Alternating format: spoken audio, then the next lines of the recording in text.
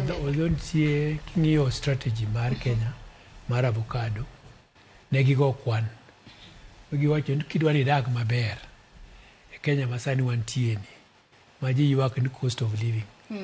Cost of living no yadhe en achiel, en pesa mokuot ofuko. To kin avocado 50 mane gi recommend ni japur onego bed gi avocado 50. Ka en gi tielo 50 to kochopo higa mar 5-6 makoro ipono avocado olemo 1,000 e tielo ka tielo, mano tiende ni idhi uso olembe 50,000. Olembe 50,000 kiuso gi siling 20, mano idonjo i kategori mar jo Kenya miluongo ni middle income. Mano idhi nwang'o $1,000,000 higa. Omiyo loso $1,000,000 higa ok tek. To kiseloso $1,000,000 higa, sama ji ywago cost of living, tinigo kwano kaka idhi tiyo gi pesa. Nikech inwang'o pesa i avocado.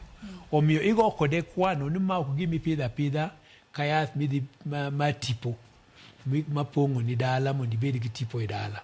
Igo kode kwano tiwacho ni ka an ng'ama rawera ma jahigni 30 to akawo nyang'ato to wasebedo gi nyithindo 4, nyithindo ka biro dhi skul, pesa adi mabiro dwaro. Inyalo go kodgi kwano tiwacho ni in the next 5 years school fees mabiro dwaro abiro wuok ne avocado. Koro chuna na apidh 50, apidh 100 kaluwore gi puodho mango. Lakini the best any term ibed gi 50 trees. Mano ka gimiluongo ni Vision 2030 miwacho ka picha. Ka be isomega. Nikech Vision 2030 en kochopo higa mar 2030. Ja Kenya ka Kenya onego bed ni middle income. Middle income en ang'o? Middle income en ni ka in gi nyithindo 4 gi miyo gini wuon ma un ji 6 e ot. Ka pesa munwang'o higa no tin ni siling $1,000,000, chandruok chomo. Iwacho kanyo makaranya to ng'eni nitiere